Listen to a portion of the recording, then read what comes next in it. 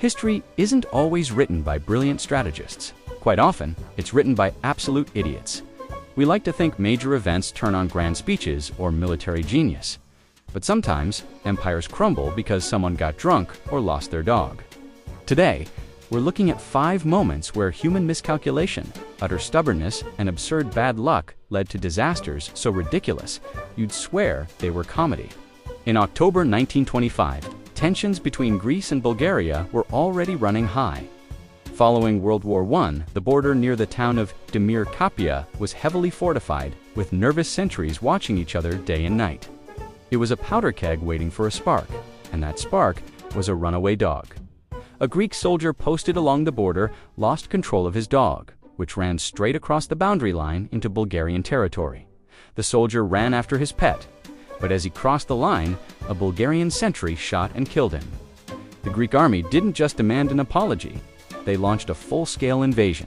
Greek troops marched into Bulgaria, occupying the town of Petric and shelling local defenses. Over 50 people were killed in the fighting. Bulgaria, realizing they were outgunned, refused to launch a massive counterattack and instead appealed directly to the League of Nations. The League of Nations stepped in and ordered an immediate ceasefire. They ruled that Greece was the aggressor, ordered them to pull all troops back, and forced them to pay £45,000 in reparations. Greece started an actual international war, lost dozens of lives, and took a massive financial hit. All because a soldier didn't use a leash. If you think modern political meetings are unpleasant, nothing compares to what happened in July 1184 in the German city of Erfurt. King Henry VI called a formal assembly at the Petersburg Citadel to mediate a bitter feud between a landgrave and an archbishop. Dozens of nobles and knights from across the Holy Roman Empire arrived dressed in heavy armor and formal robes. They crammed into the second floor of the monastery's wooden hall. None realized the floor joists weren't built to hold hundreds of pounds of weight, and directly beneath the floor sat the monastery's massive, uncleaned latrine pit. As the meeting began, the wooden floor suddenly snapped. The entire second floor collapsed, dropping over 60 nobles down. The vast majority of the nobles fell straight into a deep pool of liquid human waste. Around 60 people died there from the crushing weight of falling debris or by suffocating in the pit.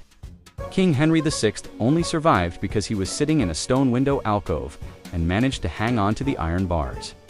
The feud was technically resolved, mostly because almost everyone involved was covered in sewage.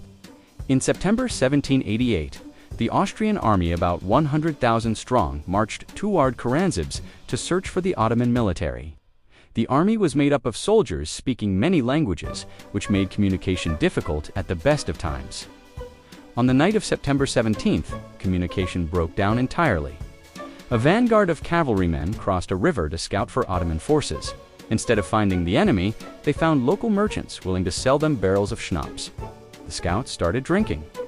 A unit of infantry crossed the river, saw the alcohol, and demanded a share. The cavalry refused, and a brawl broke out. In the middle of the argument, a gun went off. Someone panicked and shouted, "Turks! Turks!" The drunk cavalrymen panicked and fled toward their main camp. Infantry officers shouting "Halt!" were misheard as shouting "Allah!" Complete madness erupted. Artillery commanders saw cavalry galloping toward them in the dark and ordered full barrage fire into their own men. By the time the sun came up, the Austrian army had scattered. The actual Ottoman army found thousands of dead and wounded 2 days later. The Ottomans took the city without firing a single shot. In 1932, Australia faced an agricultural crisis. Over 20,000 migrating emus invaded the wheat fields of Western Australia. Defense Minister Sir George Pearce approved the deployment of military troops armed with machine guns to go to war against flightless birds. They expected a quick victory. They were dead wrong. The emus adapted instantly, breaking into small clusters to avoid gunfire. The heavy machine guns frequently jammed, and the birds easily outran soldiers carrying heavy equipment. Major Meredith noted that if they had a division with the bullet-carrying capacity of these birds, they would face any army in the world. After several weeks, the military retreated. Australia had officially waged war on birds and lost. On the morning of December 6, 1917, 2 ships were navigating the narrow harbor channel of Halifax, Nova Scotia. The SSIMO was traveling too fast. Headed toward it was the SS Mont Blanc, packed with high explosives for World War I. Neither captain was willing to yield. They exchanged blasts of their steam whistles, misinterpreting signals until it was too late. The two ships collided at a walking pace. The damage was minor, but barrels of fuel on the deck overturned and ignited. The crew abandoned ship, but because no one communicated the danger, crowds gathered along the docks to watch the fire. 20 minutes later, the cargo detonated in the largest man-made explosion prior to the atomic bomb. The blast destroyed 1.5 square miles of Halifax. It was a catastrophic disaster born purely out of naval stubbornness. If you enjoyed these stories, history gets even weirder. Click the playlist on your screen right now to dive into more bizarre historical mysteries. Don't forget to subscribe, and I'll see you in the next video.